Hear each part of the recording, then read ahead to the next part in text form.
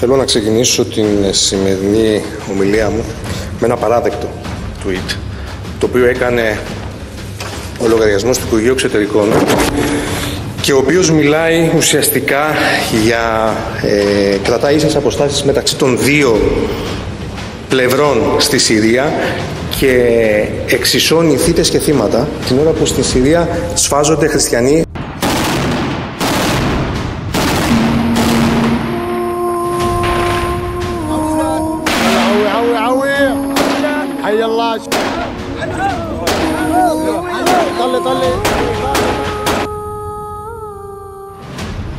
Μια άποψη βέβαια με την οποία δεν συμφωνεί ο αρμόδιος Υπουργός Εθνικής Άμυνας, ο κύριος Δένδιας, ο οποίος σε αντίθεση με εσάς έκανε retweet το tweet του Αμερικανού Υπουργείου Εξωτερικών, του Αμερικανού Υπουργού Εξωτερικών, ο οποίος ήταν καυστικός και είπε τα πράγματα με το όνομά τους. Αυτό δεν θα μας απασχολούσε αν ήταν απλά ένα εσωτερικό θέμα της Νέας Δημοκρατίας. Δεν είναι όμως έτσι.